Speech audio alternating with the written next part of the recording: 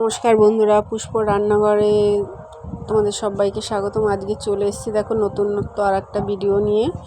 মানে দুটো ভিডিওই হবে, কিন্তু একসঙ্গে হবে দুটো রেসিপি। আজকে আমি লাউ পাতায় চিংড়ি মাছ আর রুই মাছ ভাপা করব। এখানে মশলা কষিয়ে নিলাম, মেখে নিলাম, যেমন জিরে বাটা আর সর্ষে পোস্ত বাটা আর কাঁচা তেল, নুন, হলুদ দিয়ে বেশ একটা সুন্দর করে ব্যাটার তৈরি করে নিয়েছি।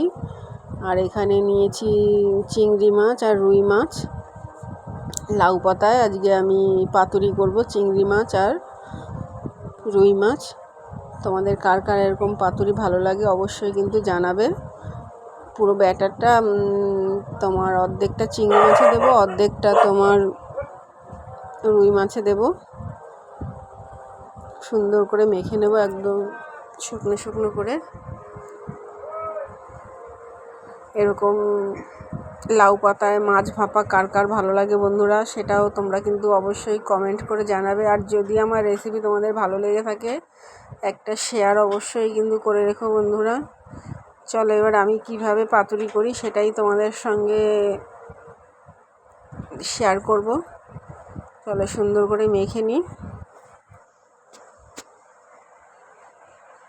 দেখো মাখা প্রায় আমার হয়ে এসছে। প্রথমে আমি চিংড়ি মাছটা নিচ্ছি, আর লাউ পাতাগুলো আমি সুন্দর করে ধুয়ে জল ঝরিয়ে নিয়েছি। জল ঝরিয়ে একটা ঝুড়িতে রেখে দিয়েছি। এবার আমি লাউ পাতাগুলো একদম সেটিং করে নিয়ে চিংড়ি মাছটা দিয়ে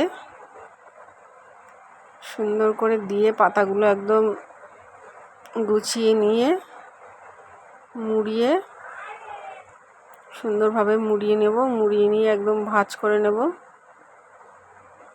ভাঁজ করে আমি একটা সুতো দিয়ে বেশ পেঁচিয়ে নেব, নাহলে তো খুলে যাবে।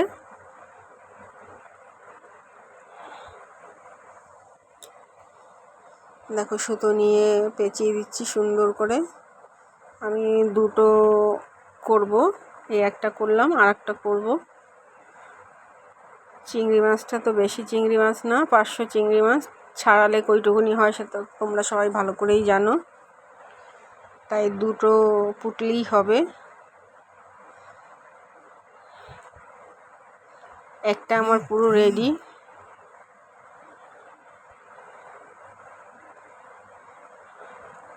এবার আর একটা নিয়ে নেব। এটাও ঠিক সেমভাবেই সুন্দর করে নিয়ে একদম গুছিয়ে নেব। আর এইটা তোমার সর্ষের তেলেই করবে বন্ধুরা, সর্ষের তেলেই বেশ টেস্ট হয়, বেশ গন্ধটাও সুন্দর হয়। সাদা তেলে কিন্তু ভালো হয় না অতটা, সর্ষের তেলেই এইসব পাতুরি বেশ ভালো লাগে। চলো এটাকেও ভালো করে মুড়ে নিলাম, এবার সুতো দিয়ে বেঁধে নেব।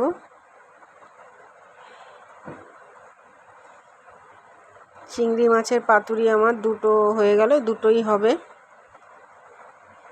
এটাও আমার তৈরি হয়ে গেছে। তোমরা চাইলে তেলেও ভাজতে পারো। এখন আমি রুই মাছটা ভালো করে মেখে নিয়েছি, এখন রুই মাছটাও পাতায় দেব। দেখো পাট পাট করে দিয়ে দেবো। দুটো দু রকমের স্বাদ আসবে, কিন্তু মশলা একই মশলা। কচি কচি লাউ পাতা নিয়েছি, একদম চকচক করছে পাতাগুলো দেখো বন্ধুরা। এটাও সুন্দরভাবে মুড়িয়ে এরকম বেঁধে নেব। তেলে ভাজার একটা আলাদা স্বাদ, আর আমি যেভাবে করব সেইভাবে একটা আলাদা স্বাদ। আমি যেভাবে করছি ওটাতে পুরো পাতাগুলো নরম, একদম কি বলবো, মুখে দিলেই একদম গলে যাবে এরকম হবে।